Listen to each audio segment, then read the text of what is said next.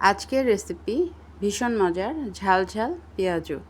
কার কার পছন্দ অবশ্যই কমেন্ট করে জানাতে ভুলবেন না। তো সবাই আমরা কম বেশি পেঁয়াজু করে খেয়ে থাকি, বাট আজকের রেসিপিটা আপনারা ফলো করলে আশা রেখে আপনাদের আজকের এই রেসিপিটা অনেক বেশি ভালো লাগবে। তো একটা বলে আমি নিয়ে নিয়েছি কিছু পরিমাণ পানি এবং তার মধ্যে দিয়ে দিচ্ছি প্রায় 1 কাপ পরিমাণ মসুর ডাল, আর সাথে দিয়ে দিচ্ছি চিনি গুঁড়া চাল, যেটা কালিজিরা চাল বলে থাকি আমরা, সেটা প্রায় 2 মুঠের একটু বেশি দিয়েছি। মসুর ডালের সাথে আমি এই আতপ চালটা ইউজ করছি এই কারণে যে পেঁয়াজটা অনেক বেশি মুচমুচে হয় এবং খেতে ভীষণ মজা লাগে। তো আমি চাল ডালটা বেশ অনেকবার ধুয়ে তারপরে জল দিয়ে রেখে দিয়েছিলাম প্রায় 2 ঘন্টার পরে। তারপর দেখতেই পাচ্ছেন ডালটা বেশ ফুলে উঠেছে আর ডালটা একদমই নরম হয়ে আসছে।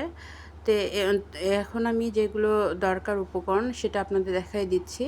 এখানে রয়েছে রসুন, আদা এবং কাঁচামরিচ, সাথে হচ্ছে পেঁয়াজ কুচি এবং কাঁচামরিচ কুচি। তো আমি আদা, রসুন এবং কাঁচামরিচের সাথে 1 চামচের একটু কম হবে গোটা জিরা দিয়ে দিচ্ছি। এতে পেঁয়াজুর ফ্লেভারটা অনেক ভালো আসবে।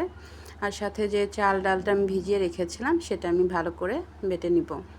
তো যেহেতু এখানে আদা রসুন দিয়ে আমি বাটছি, তো প্রথমবারের যে ডালটা বাটবো আমি সেটা একটু প্লেন করেই বেটে নিব, যাতে সব কিছু সুন্দরভাবে প্লেনভাবে বাটা হয়। বাট এরপরে যখন বাকি চাল ডাল আমি বাটবো তখন কিন্তু আমি একদম প্লেন করব না, একটু গোটা গোটা রেখে বাটবো, তাতে কিন্তু পেঁয়াজটা খেতে অনেক বেশি ভালো লাগবে। তো প্রথমের যে বাটার জন্য নিয়েছিলাম সেগুলো বাটা হয়ে গেল। এখন আমি পরে যেই চাল ডাল ছিল সেগুলো বেটে নিচ্ছি।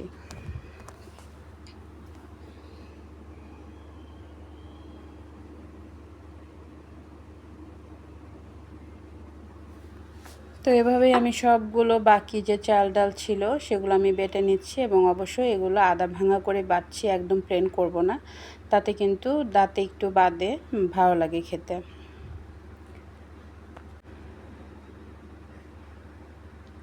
আমার চাল ডাল বাটা হয়ে গেছে, আমি তুলে নিচ্ছি।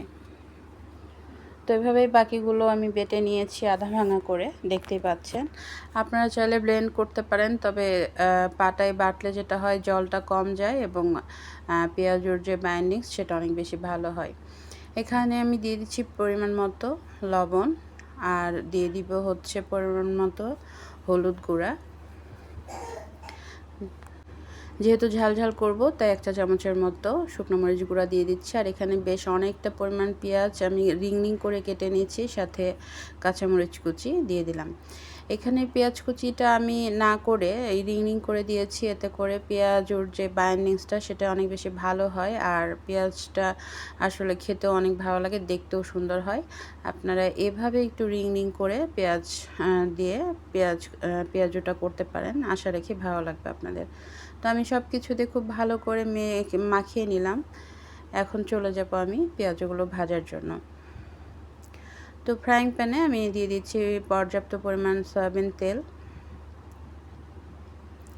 আর তেলটা একটু গরম করে নিয়ে, খুব বেশি গরম করব না, হালকা একটু গরম হওয়ার পরে আমি পেঁয়াজগুলো গোল গোল শেপ করে দিয়ে দিব তেলের মধ্যে।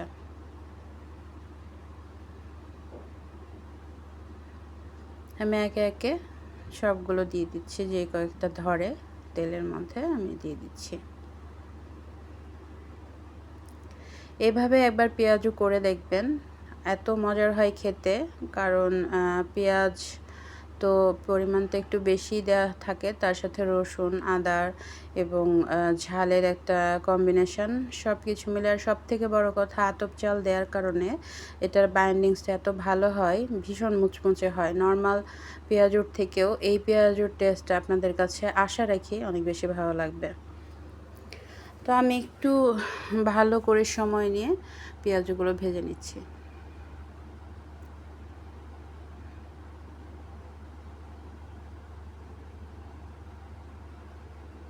আমার প্রথম চারের পেঁয়াজগুলো হয়ে গেছে, দেখতেই পাচ্ছেন কি দারুণ হয়েছে দেখতে। তুলে নিচ্ছি তেল থেকে।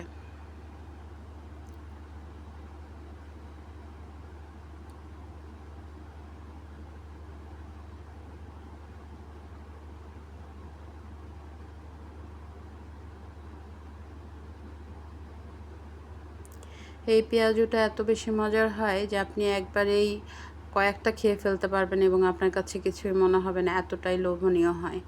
খুবই মুচমুচে এবং মুখরোচক একটা খাবার আসলে পেঁয়াজু। আর যদি এভাবে একটু করে দেখেন তাহলে বিশ্বাস রাখি আপনাদের অনেক ভালো লাগবে।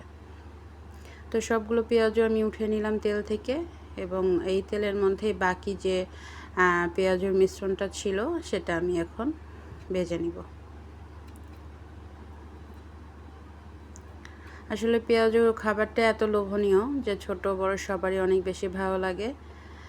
তো দ্বিতীয় চারের যে পেঁয়াজু সেগুলোও হয়ে গেল, আমি উঠিয়ে নিচ্ছি। আগেরগুলো আসলে ভাজার পরে বেশ কয়েকটা খাওয়া হয়ে গেছে, দেখতেই পাচ্ছেন।